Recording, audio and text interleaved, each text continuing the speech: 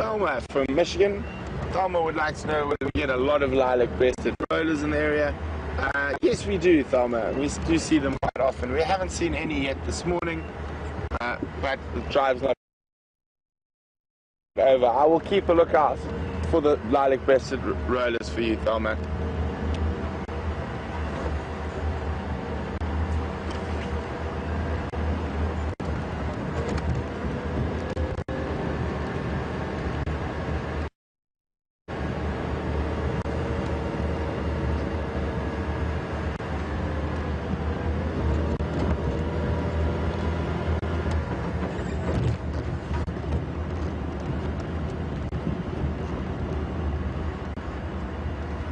Well, I don't know if it's going to burn off like it did yesterday.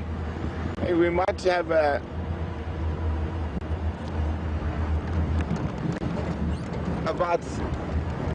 don't know if it's going to burn off as well as it did yesterday. So I think we might have an overcast day for a lot of the day, which is not a bad thing, just different.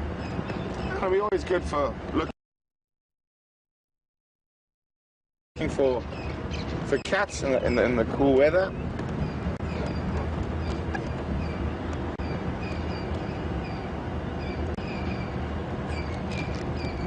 Can't follow them. We haven't found any tracks of the cats this morning. That's why we're going to head now.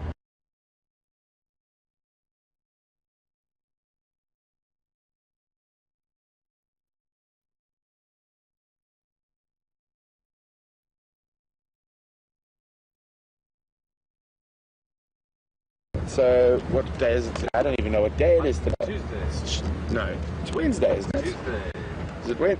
Is it Tuesday? Yesterday's your birthday. Oh yes, that's right. Yesterday's your birthday, yes. So, okay, so it's Tuesday. So we've been seeing the quarantine bit since Friday.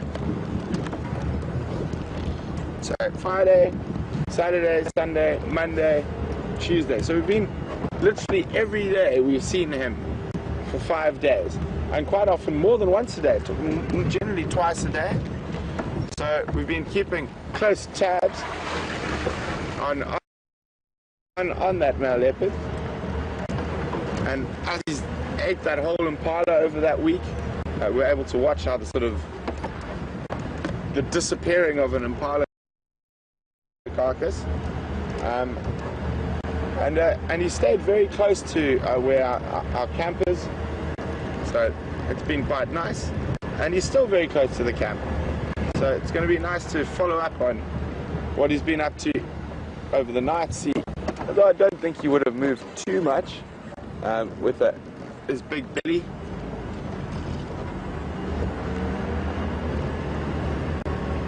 But we're very close to where he is now.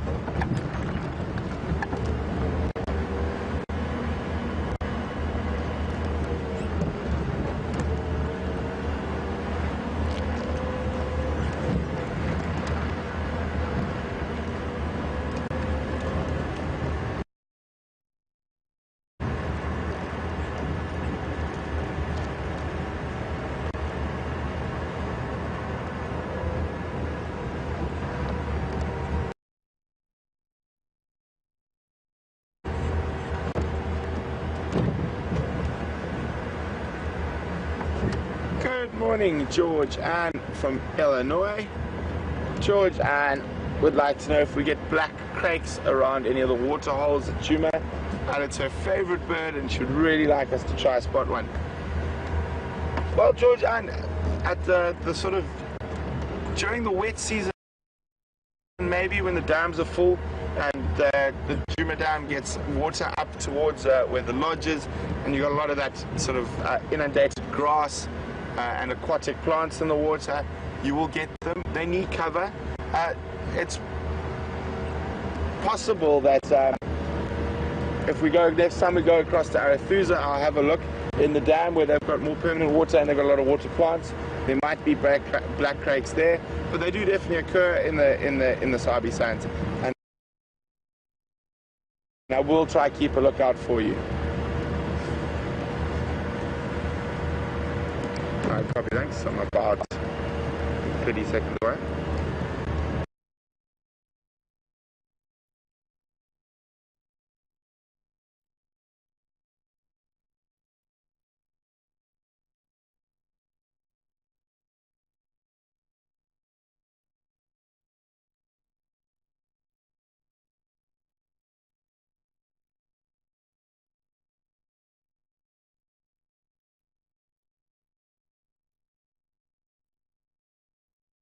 The father of these two, who is named Mvula.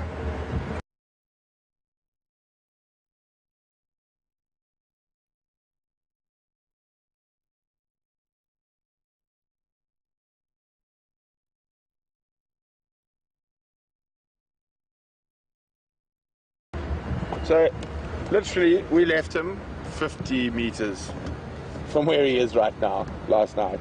So he hasn't moved far at all.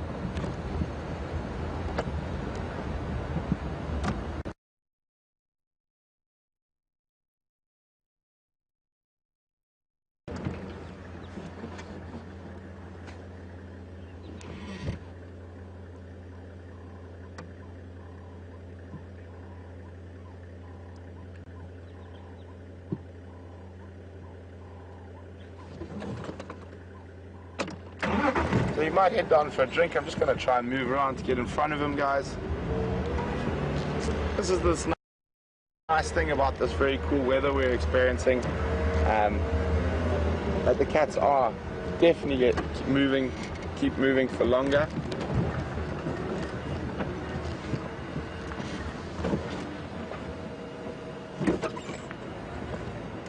He's going to choose to drink in a puddle rather than in the dam.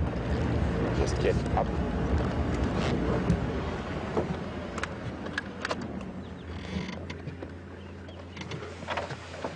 And the reason he's doing that is that while he's got a choice, he won't go to a large body of water because there could possibly be a crocodile in it. So this is definitely a safer spot for him.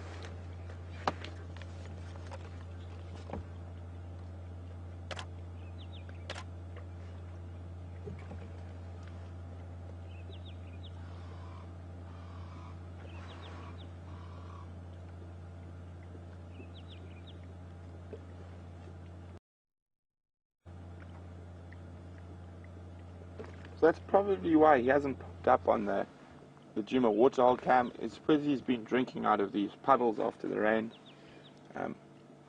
which is a little bit safer for him than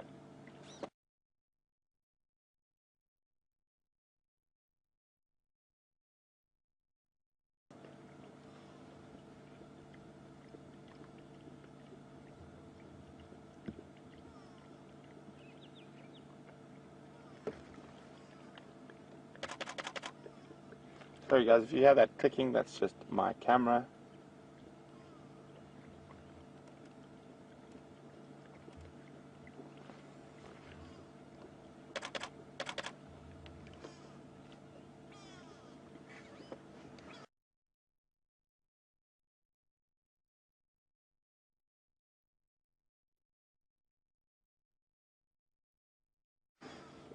Oh, he's a thirsty boy.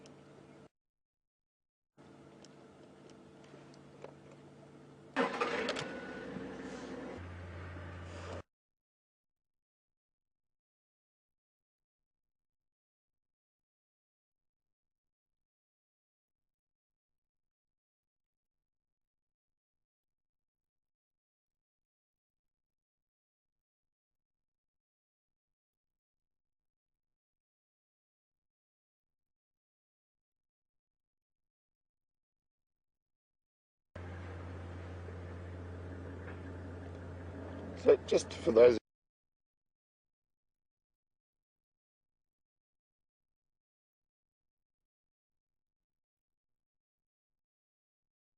as you can still see, he's still got quite a full belly of impala. We've been seeing him every day for the last 5 days. Has he finished off that impala, moved off to go have a snooze, and he's probably not moved more than 200 meters since we found him 5 days ago.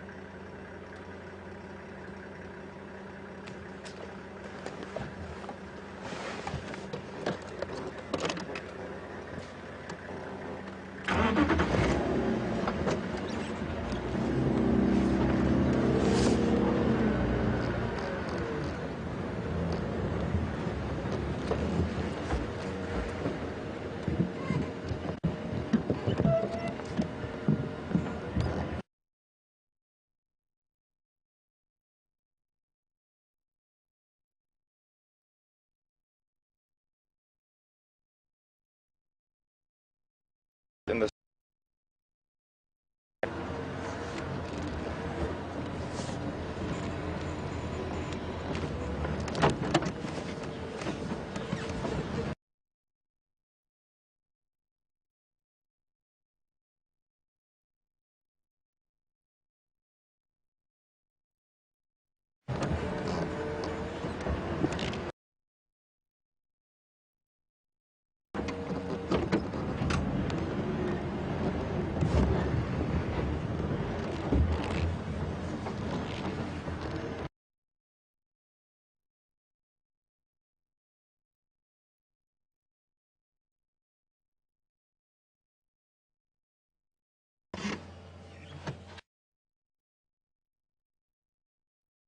and the sun is coming out a little bit.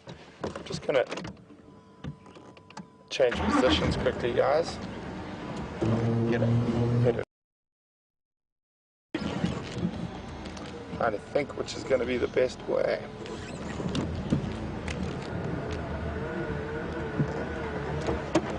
Definitely going to have to be that side. There's a big erosion patch there that we're not going to be able to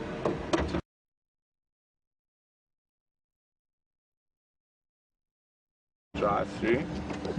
So I think for now where we are is probably best.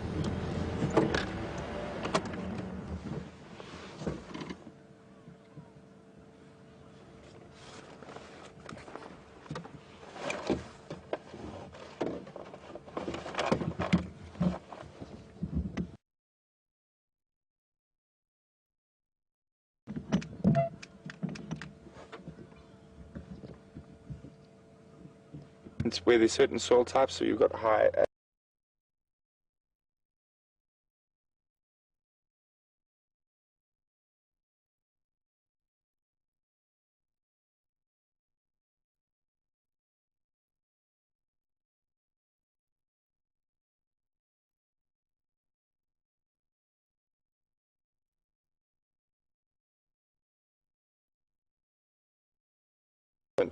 will actually eat the clay, and that's full of those.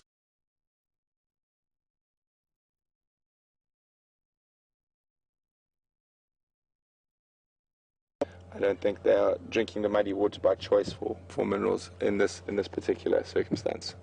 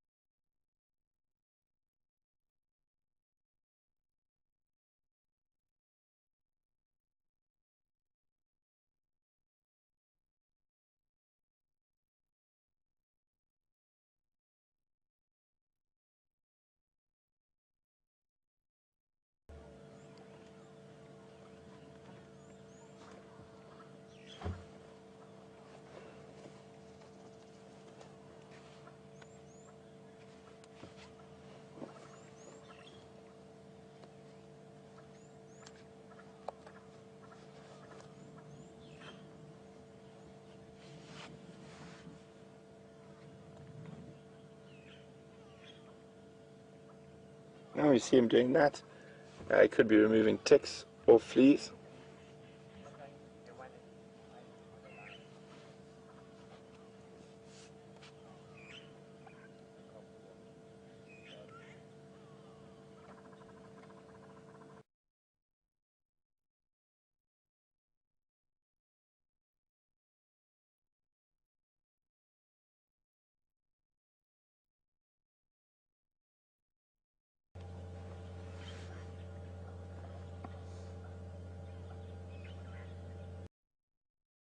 Have a quick chat with Ephraim, find out what was happening with the Nkahuma Pride, because I think Ephraim was following the tracks.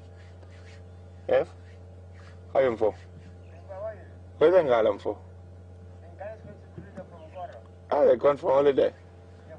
Oh, okay.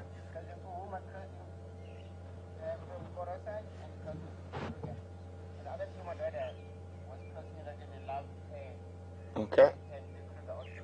And Birmingham?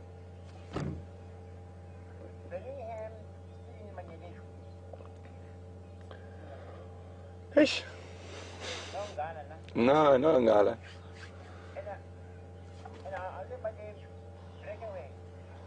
That Famba, the Earth's guys were booger for them this morning, but I think they were Famba South. Mm.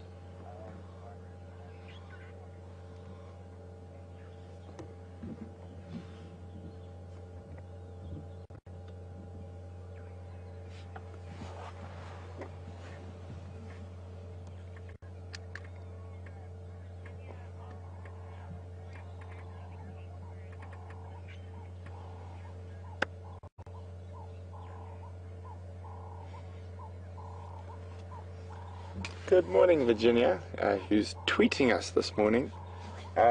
Virginia would like to know, has there ever been a case where a male leopard who's taken over an area will let an older male leopard stay in that area?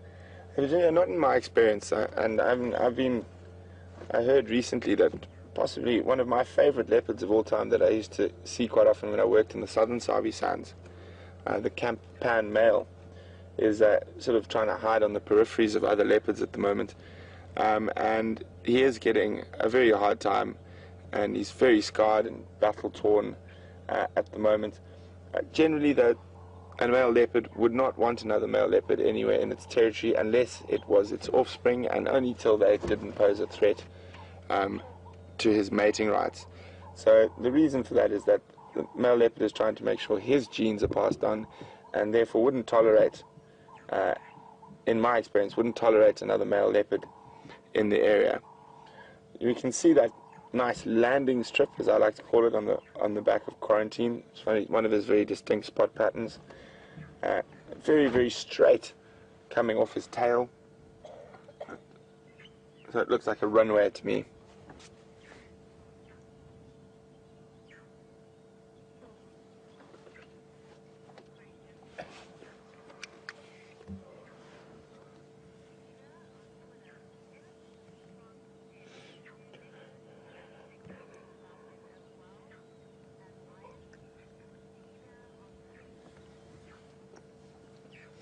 Good morning, Tina. Tina's also tweeting us this morning. Tina said that elephants have quite a strong scent. Do leopards and lions also have a strong scent? Well, Tina, for me, leopards have a stronger scent than lions, and they do have a scent, but it's not that strong. When a leopard scent marks, so when it urinates and scent marks, and there's a very distinct smell that's left after that, and it smells very much like buttered popcorn if you ever went to the movies. So leopard scent marks smell like buttered popcorn.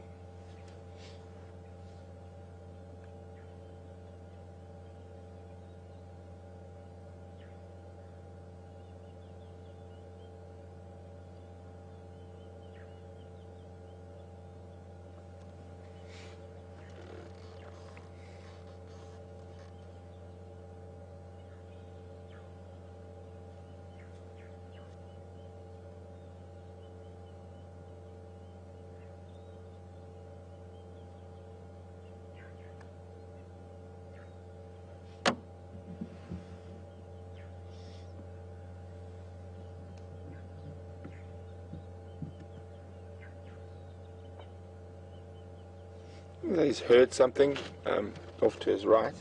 So his ears are up. He's paying attention to something. Yeah. Just listening.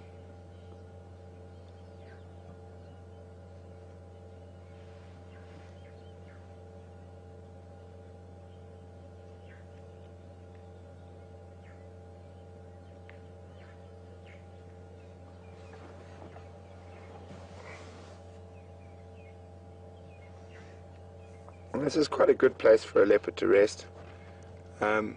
Likelihood of other prey species coming close to him is quite high. We've got some nice short grass grazing behind him, so you should get impala and other grazers on there. And also with this drainage line, you might have a nyala and bushbuck also moving towards him.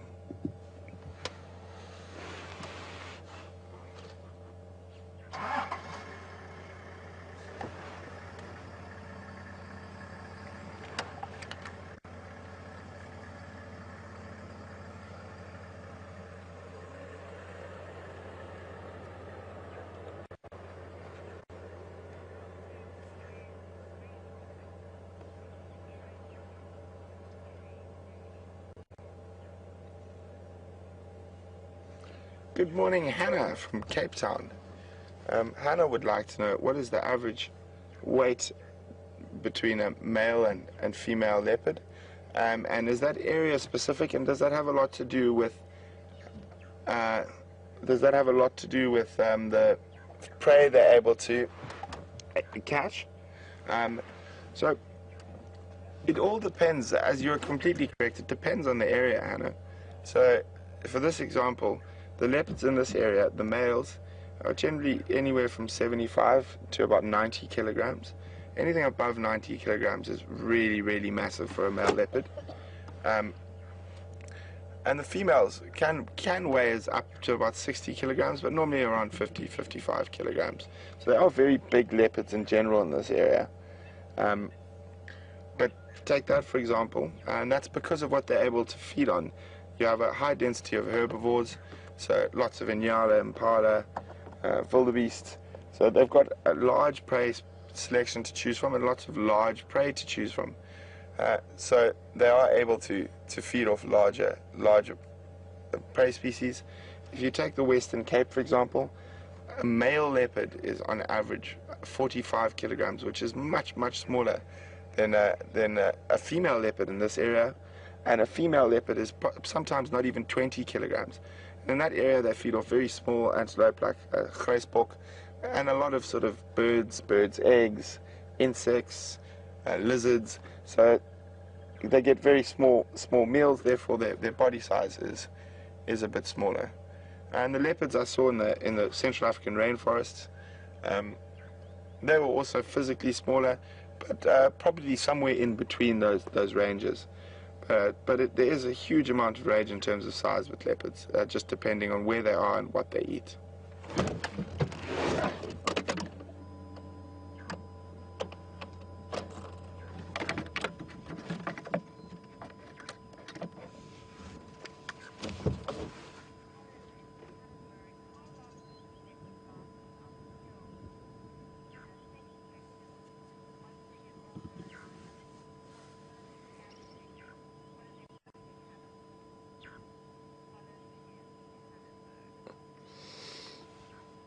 Good morning, Colin from Johannesburg. Colin would like to know, how long could this leopard survive on the current meal it's had, and how long would it at maximum, I'm guessing, before it would really need to make another kill? Colin, you'd probably survive, if you had to push it, 8 or 9 days.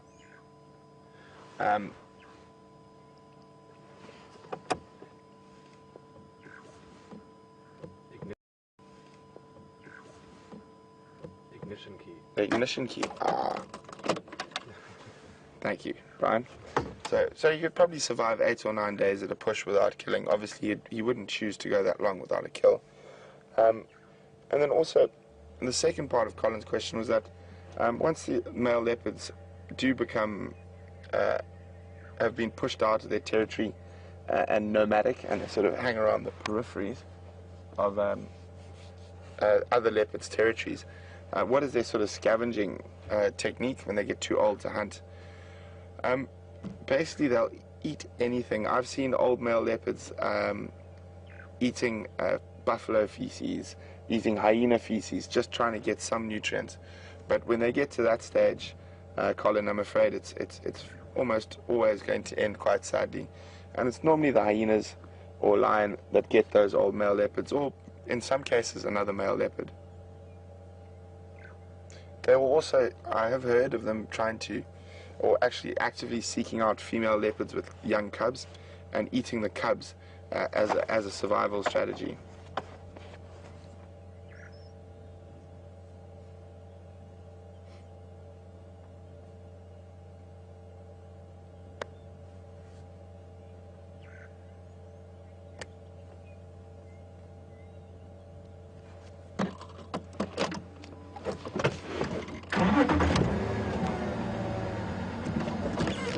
Just going to move to let Ephraim go past.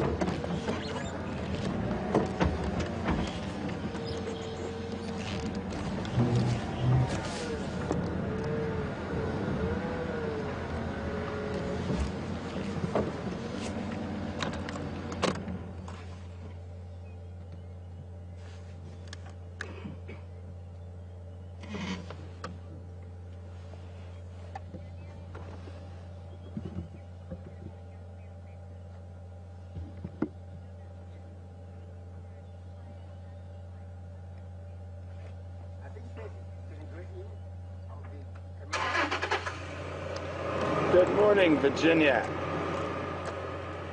Another question from Virginia this morning on Twitter. Virginia would like to know, after what I said about male leopards, are they able to mate for the majority of their lives until they die? Virginia, it goes pretty much the same way. Even though they might be physically able to mate, once they get to that stage where they're pushed out of the territory, they are physically able to mate. The dominant male leopards in the area just will not let them mate.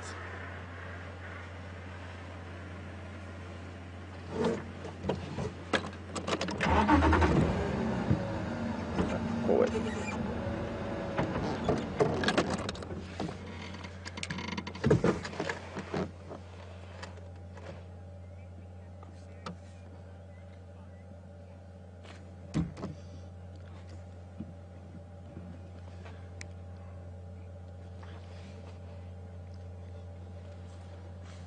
Good morning, Kathy from New York.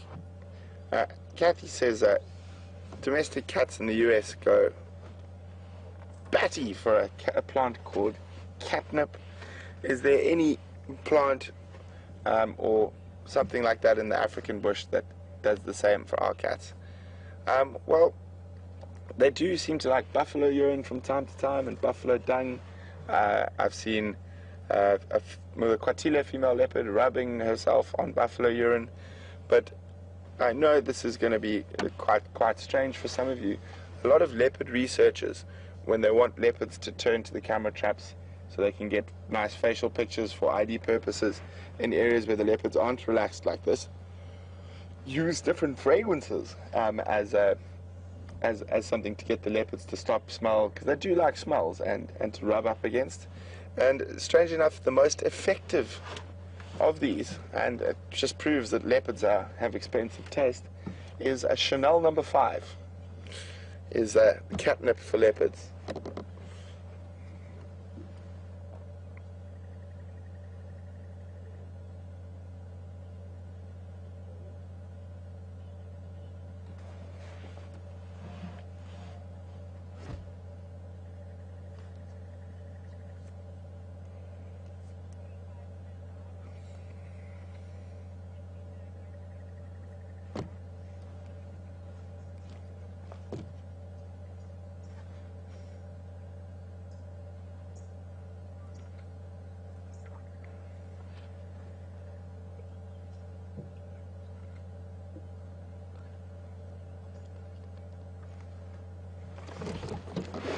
Guys, we're gonna go have a look around. We'll definitely come back to have a look if he's here in this area a bit later. He might move into the drain zone, but I don't think he's going to move too far from where he is now. And unfortunately, we have a technical difficulty at the moment. We're going to have to turn off our camera.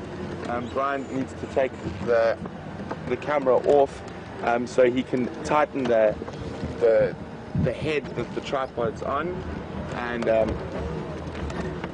so we will be back shortly. We're just going to have to turn off the camera in about a minute or so we can readjust the head. It's getting very, very loose, and we wouldn't want the camera to fall off while we're moving.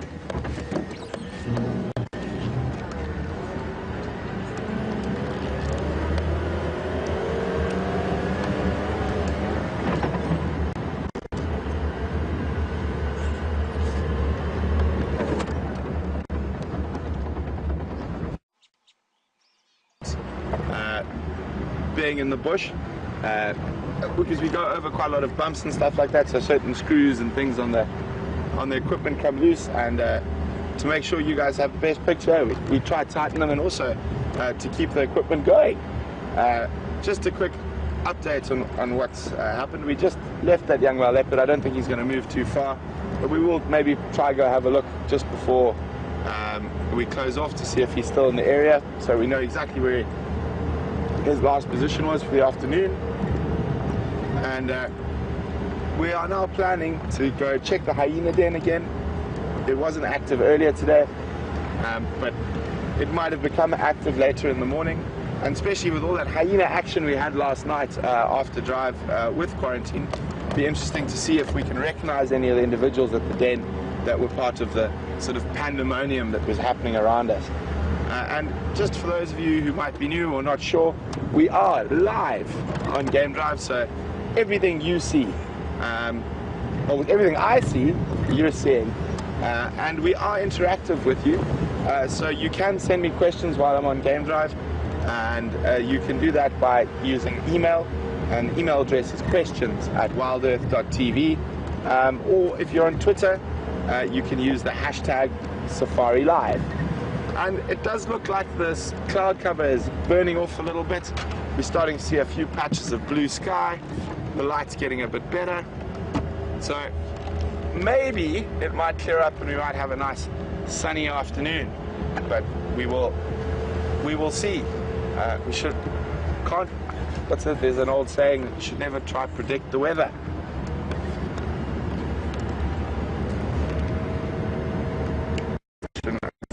Guy coming.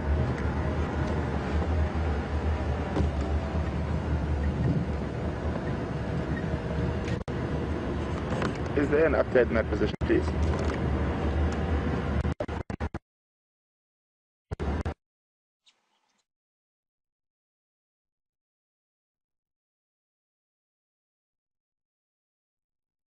Make my way in. So there we go, there's a report, the hyena den is active, so there is another vehicle viewing them at the moment, so we're just going to meander around and then we'll make our way towards the hyena den as soon as that other vehicle comes out.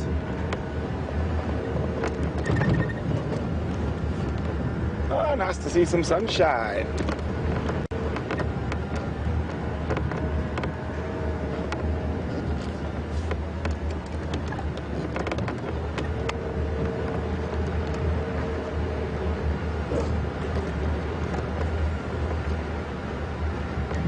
Good morning, Murray.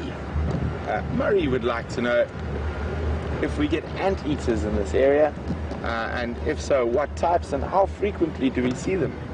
Well, the main type of anteater we get in this area, Murray, is a type of scaly anteater, also more commonly known as a pangolin, and I'll show you a picture of them just now. And we see them very rarely. They are active generally very late at night, and they do this to avoid lions and leopards. So lions and leopards and other predators have a sort of peak activity period around dusk and dawn, and sort of the couple of hours after dusk and the couple of hours before dawn. And not to say they won't hunt and move around during the wee hours, but they are generally, from what I've read about the anteaters, and what I've heard, is that they're generally active in the summer months well after 11 o'clock at night, and during the winter months probably about 10 o'clock at night, and that's to avoid the sort of the peak times of the periods. Hi, sorry? There are 2 of us at present. Yeah, I'm Brent. So there's 3 presenters, so we alternate. 2 cameramen. And hopefully we'll have 2 vehicles up and running again shortly as well. Have a great morning. Thanks very much. Bye. Ciao. Thank you.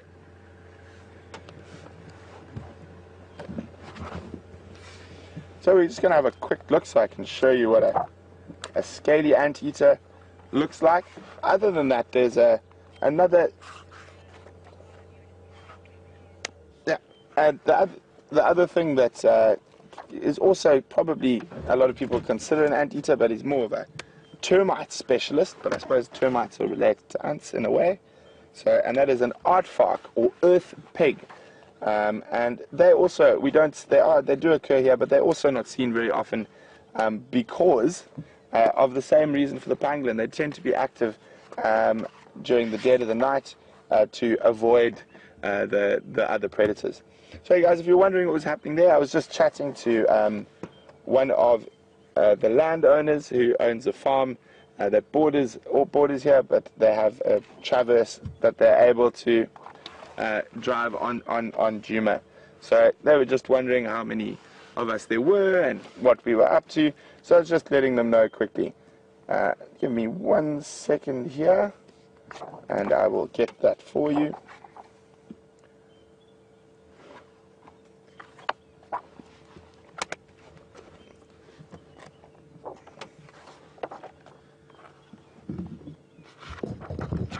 Oh, there we go. So 529 is one, and the other is 347, 529, 347, and the last, but definitely not the least, oh, getting mauled by flies at the moment.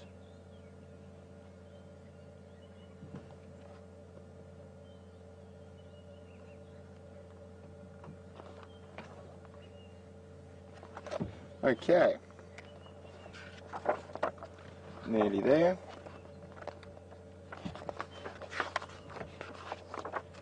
So in Africa, in terms of the true anteaters, which is the pangolins, there are more than one species. We only get one species in southern Africa, and that is the Temix or southern pangolin.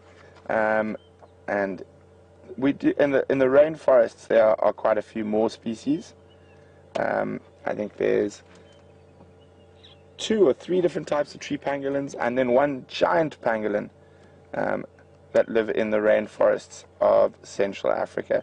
Obviously, the reason being that there are a lot more ant species, therefore a lot more for them to eat in those areas. Okay.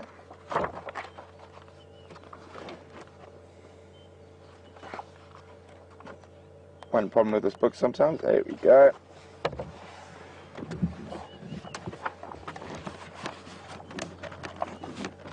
That is a pangolin, or a scaly anteater. Very sad story about them at the moment is that they are possibly one of the more threatened animals in Africa, And as far as my last understanding is, they are the most oh, excuse me, traded illegal species. The scales are used as love charms in the East and in Africa. So they are killed for their scales for traditional medicine. Not endangered yet, but unfortunately there have been a vast decrease in their numbers recently. And that is the only true anteater we get here, a scaly anteater named a pangolin. And then, as I said, the other things like an aardvark or an earth pig, they eat more termites, so not really a true anteater. And then the other thing that eats ants, I've never personally seen them in the Sabi Sands, but they do occur in the Greater Kruger region. There's a thing called an aardwolf, which is related to the guys we're on our way to see now. It's actually part of the hyena family, even though, and it looks very similar to a striped hyena, but even though it doesn't eat carrion, it eats termites.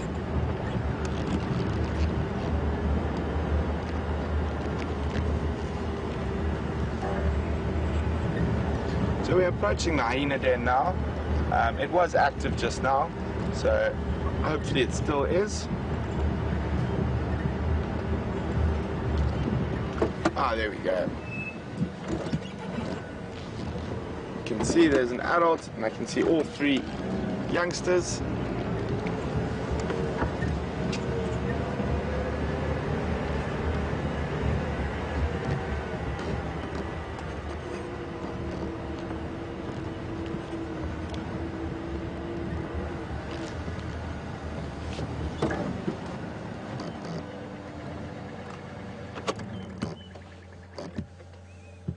There's an adult. Oh, it's so difficult to tell whether it was one of the ones we saw last night. There's so much action happening around us.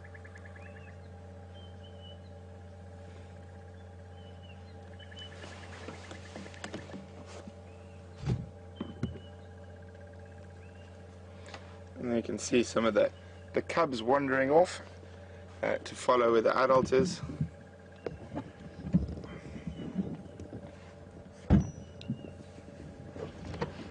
I'm just going to reposition quickly.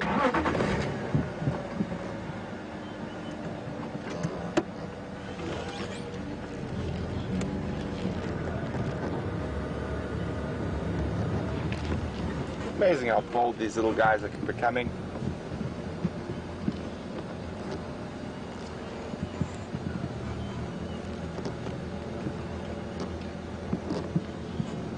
There's another adult, and that looks to be the mother of some of the older cub. And I actually do recognize her. She's quite distinct with her ears.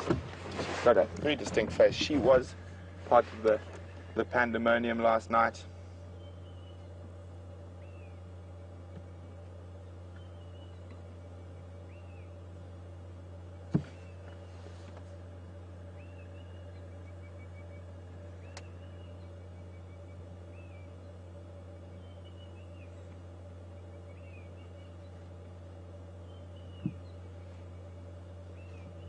Oh.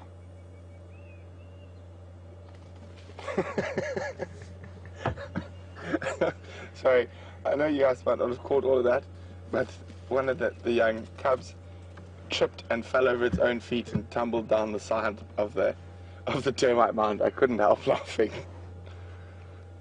Trying not to look embarrassed at the moment.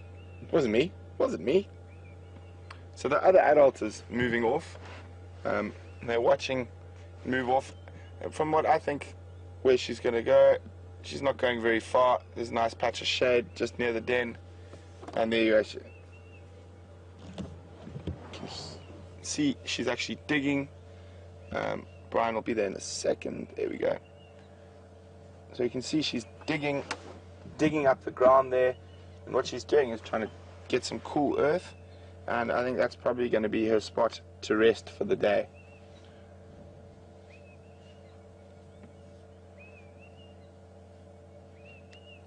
And There we go. She's gonna lie down in the nice cool sand that she's just dug out.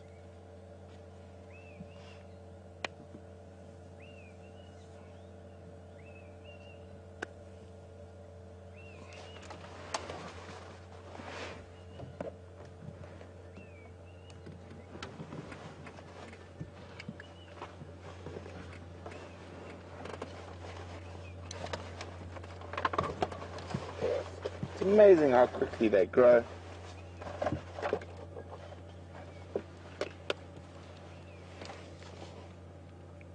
And those of you who've been watching for a while remember when we started seeing these guys. They were completely black and quite timid. They would stay quite far away from the car, and you can see now they've got very used to the car. I mean, they walk within a half a meter of the car with no problem.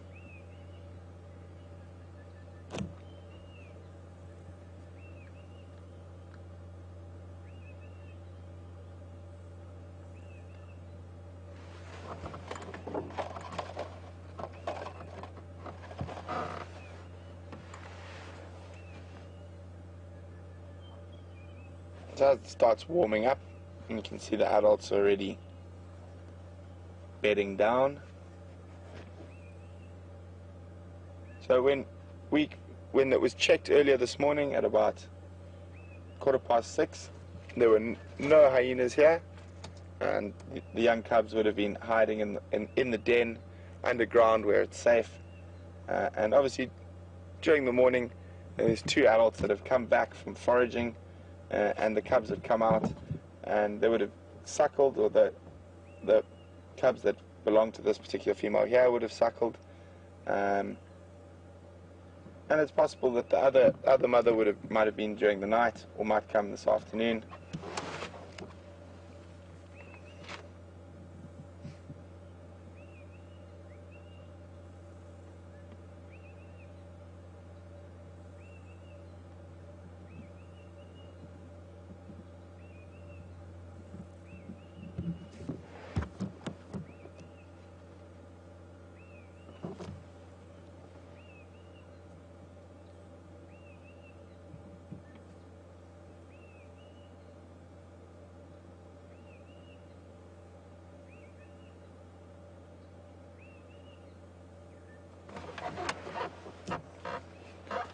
There's one station at the hyena den site active, 2 adults and 3 Mantuan.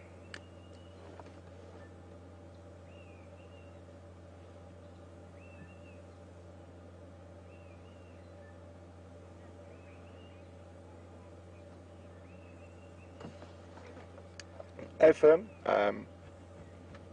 1 vehicle here.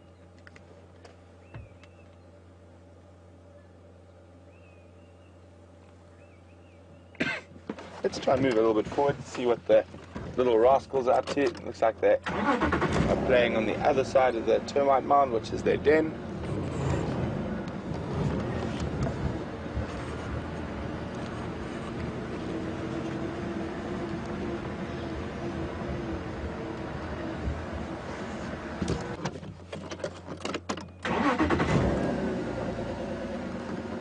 Let's check the other side.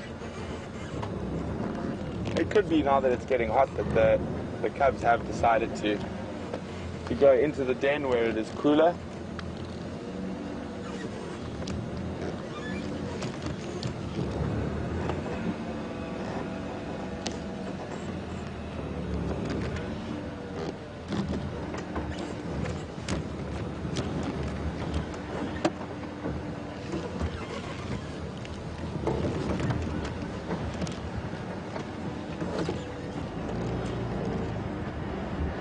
Check around the other side, but it is possible, because it is getting warm, that the youngsters have headed in the den. And it does look that way. So I can't see them on the other side of the termite mound either.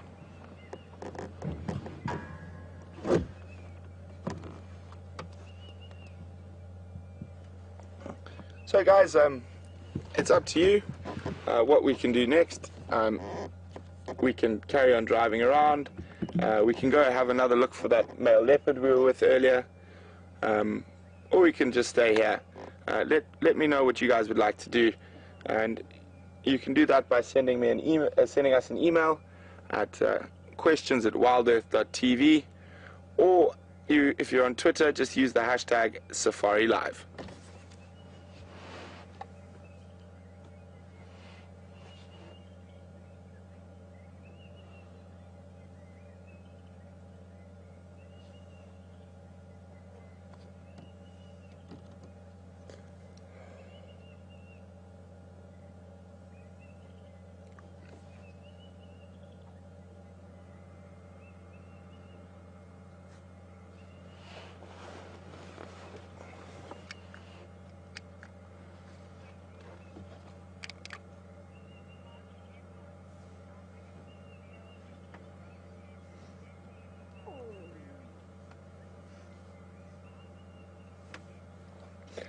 Good morning, Mark from Denmark.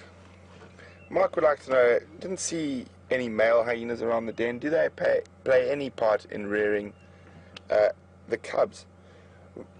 Mark, being a male hyena is not something you really want to be in life. It's pretty much the lowest of the low. Even the lowest ranking female hyena is higher than the highest ranking male hyena.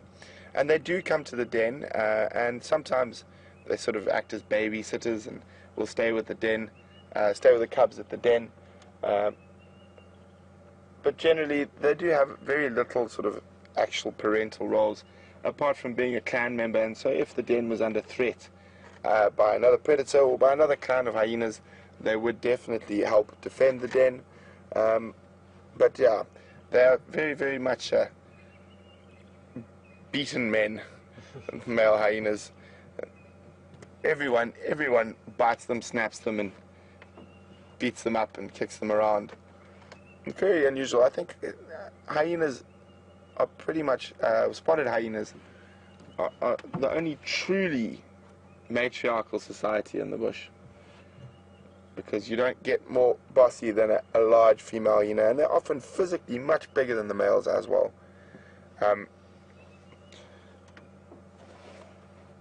Even with their high testosterone levels, they've got pseudo penises and pseudo testes, so they're very male-like. Apart from the fact that they are females and do give birth, they're actually thought to be hermaphrodites for most of the early 1900s because of that pseudo penis.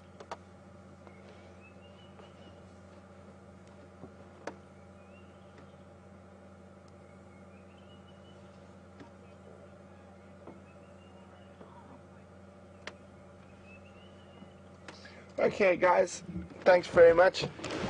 Thanks to the hyenas. It was nice to see the cubs out, even though it was just shortly.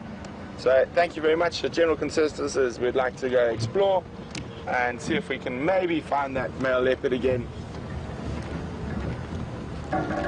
So that's what we'll do.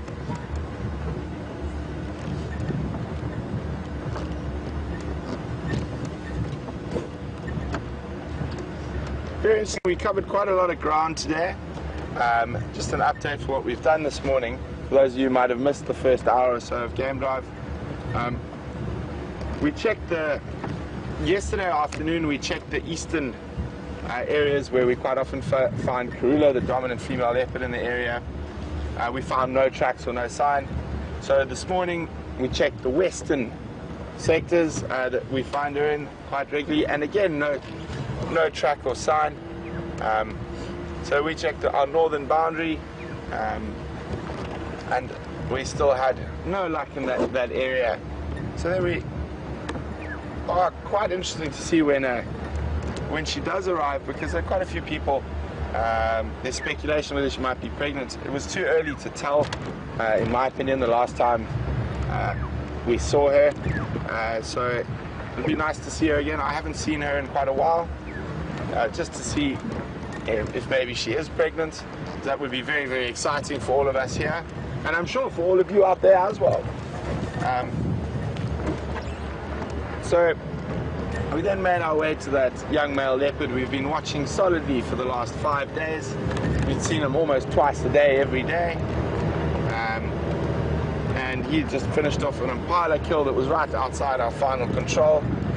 And he's now, when we left him earlier to come have a look at the hyena den, he was lying up near Gowrie Dam. And I'm pretty sure he shouldn't be too far from there, but let's go have a look.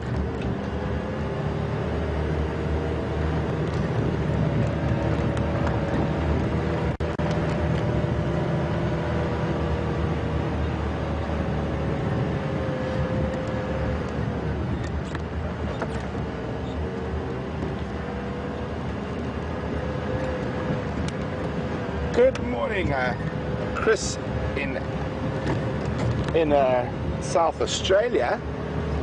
Chris would like to know, have I ever heard of hyenas committing infanticide to bring a male hyena committing infanticide to bring the females back into estrus? Chris, I haven't ever heard of that behavior in hyenas. So what happens quite often is that when a female hyena comes into estrus, the male literally has to beg and can get beaten up during that begging process. Hello everyone, enjoy your coffee. Oh, we're just driving past one of the game drive vehicles there. They've stopped for a morning cup of coffee on quarantine clearings. So, sorry Chris, back to your question. And the way sort of male dispersal works in hyenas is that males will sort of leave their natal clan, not always, but quite often. Most of the time, actually, they'll leave their natal clan when they get to a certain age, and they will try sort of sidle up to a neighboring clan. And I have heard cases of relatively often that the males will be killed if the other clan doesn't accept them, and that's just the way it goes. So they do have to leave their natal clan, so their mother's clan, to go mate and to join another clan.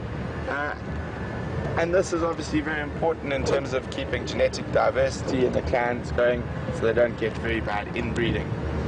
But I've never heard of hyenas committing infanticide to get a female to start ovulating and start her estrus.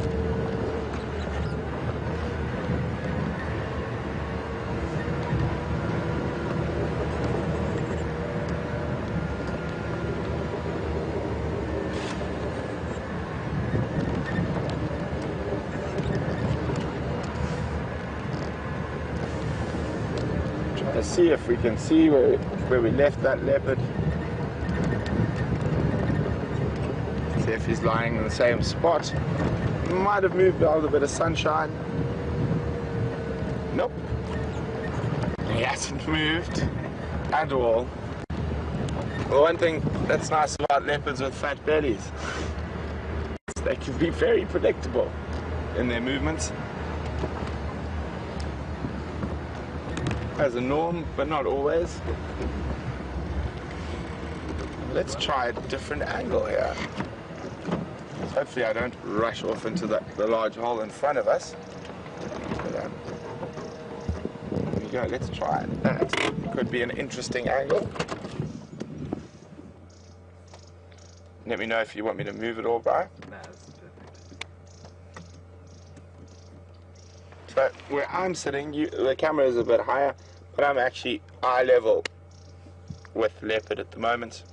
And he's about 7 or 8 meters away from us on the other side of an erosion ditch. Quite a big erosion ditch, so I don't really want to go any further forward. I don't think you possibly could. Well, I think I could, but I don't know if it'd be a good idea.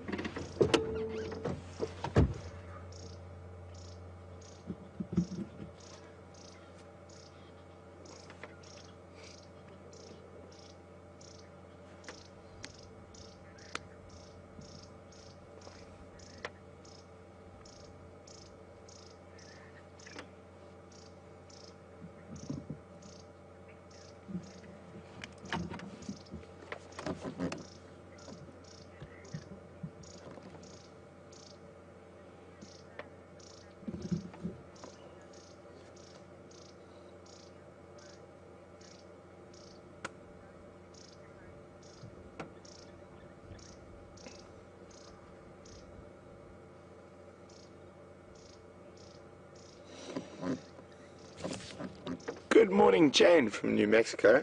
Jane says, is it true that leopards constantly call to each other to let all the other leopards in the area know where they are? And if so, does this male leopard know where the other leopards in the area are? Well, Jane, that's not entirely true. So your dominant animals or individuals in the area will call.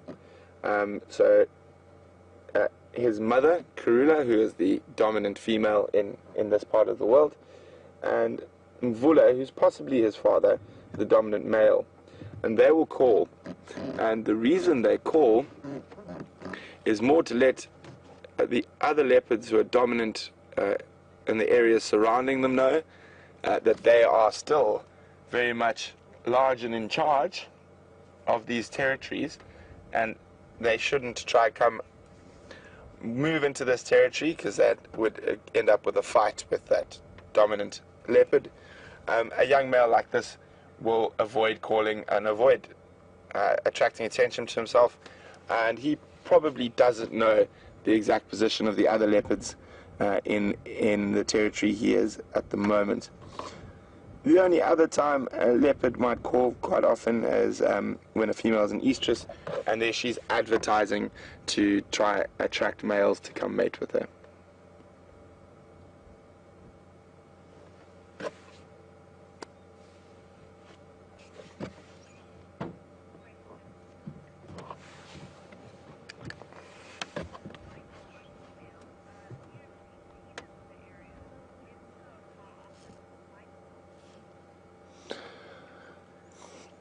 Good morning, Michael. He's emailing us. Thanks for your email, Michael. Michael would like to know, do we ever see cheetahs in this area? Michael, cheetah do occur in the area. I have not seen one since I have been here, but I know the last time I was on leave, and possibly the day or day after I went on leave, Mark and Scott saw a male cheetah. So yes, we do. I'm a bit jealous that I didn't get to see the cheetah. I was also on leave, and also jealous. Brian is also on leave, also jealous. Both of us didn't get to see the cheetah, but hopefully in the next while another cheetah will appear. There are cheetah here. They're not as in high densities as leopards and lions in this particular area. That's why you don't see them that often. But they are here, and they do move through from time to time.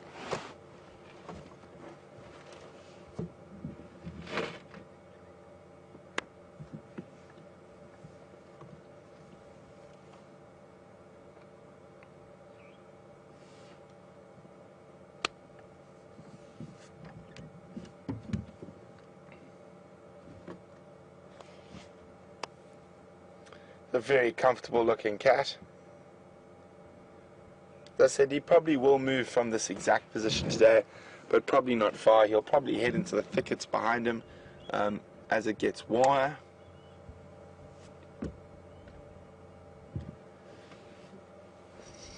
One thing that's certainly come out is that the sun's come out is the flies. Might hear this smack smack occasionally, and that's just me beating myself up,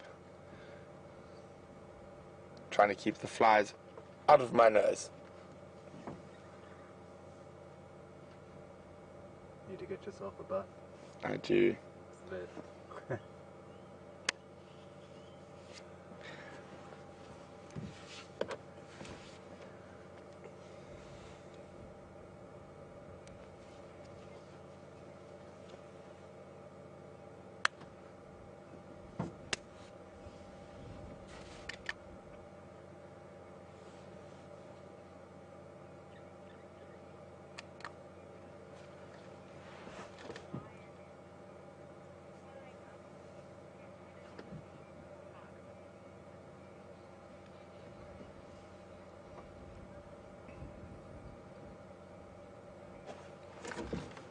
Good morning, Brian from New York.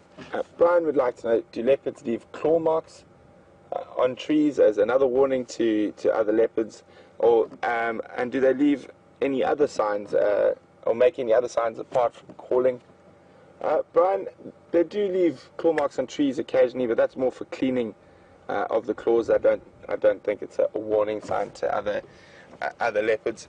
Their main way of demarcating territory is through scent marking. So it's a sort of I can't think of the word now. Anyway, it's based on smell. I was trying to remember the proper word for smelly things or smelling things, but Olfactory. olfactory. Thank you, Brian. They work on an olfactory system. So their core parts of their territory, and specifically the boundaries, they will scent mark and spray urine on. And while they scent mark, they will quite often scrape their back legs. And what they're doing there is turning over the sand and spraying the urine into sort of fresh sand that's been turned over. And that's so that the smell will last longer.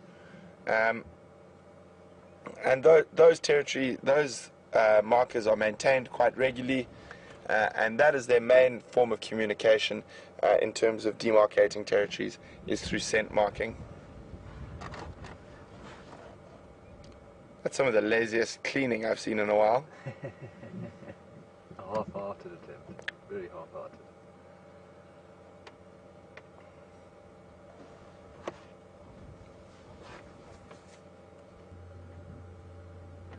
Go on, lie down so we can see it nicely. So, off to the right, you'll see it. I'll ask Brian to pan there just quickly. You'll see it's quite thick, and that's where I think if we have to look for him this afternoon, we'll find him sleeping in these thickets around here where it's nice and cool.